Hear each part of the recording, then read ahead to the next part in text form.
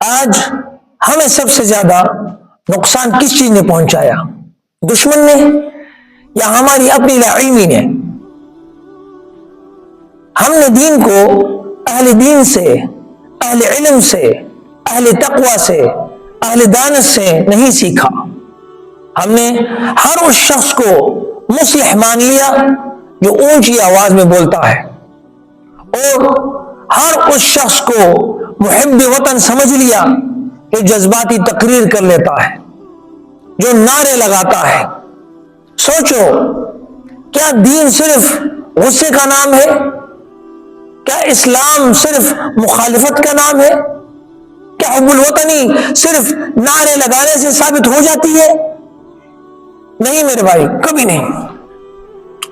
دین عقل بھی مانگتا ہے، دلیل بھی مانگتا ہے، کردار بھی مانگتا ہے، قربانی بھی مانگتا ہے، خاموش خدمت بھی مانگتا ہے، بے لوث محنت بھی مانگتا ہے۔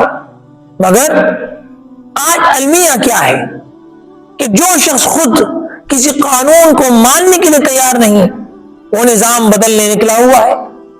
جو شخص خود قطار میں کھڑا نہیں ہو سکتا، وہ قوم کو نظم و ضبط سکھا رہا ہے۔ جو خود ذمہ داری اٹھانے سے بھاگتا ہے، دور بھاگتا ہے، وہ انقلاب کے نعرے لگا رہا ہے۔ اور سنو، یہ بات کڑوی ہے مگر سچ ہے، جس قوم میں شور زیادہ ہو اور شعور کم ہو، وہ قوم زیادہ دیر کھڑی نہیں رہتی، وہ ٹوٹتی ہے، آہستہ آہستہ اندر سے کھوکھلی ہو جاتی ہے۔ میرے عزیز بھائیوں، ہمیں ہر اس شخص سے ڈرنا چاہیے جو کہے بس مجھے مانو، لیکن یہ نہ بتائے کہ میں خود کس علم سے جڑا ہوا ہوں، کس راستے سے علم مجھ تک پہنچی ہے۔ ہمیں اور ہر اس اصلاح سے بچنا ہے جس میں خود احتسابی نہ ہو، جس میں علم نہ ہو، جس میں کردار نہ ہو۔ یاد رکھو میرے بھائیوں، دین کے دشمن ہمیشہ باہر سے نہیں آتے، کچھ دشمن جہالت کے لباس میں اندر بیٹھے ہوتے ہیں اور آپ کو اندر سے کھوکھلا کرتے ہیں۔ اور قومیں سرحدوں سے نہیں گرتی، قومیں کردار کے زوال سے گرتی ہیں۔ میرے عزیز بھائیوں، اب فیصلہ ہمارے ہاتھ میں ہے،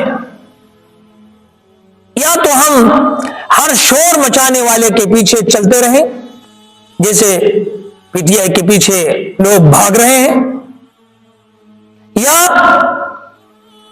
ہم علم کو اپنا رہبر بنائیں، یا تو ہم دوسروں کو گالیاں دیتے رہیں جیسے محمد علی مرزا اور منیر شاکر دیتے ہیں آج کل، یا ہم خود کو بہتر بنائیں،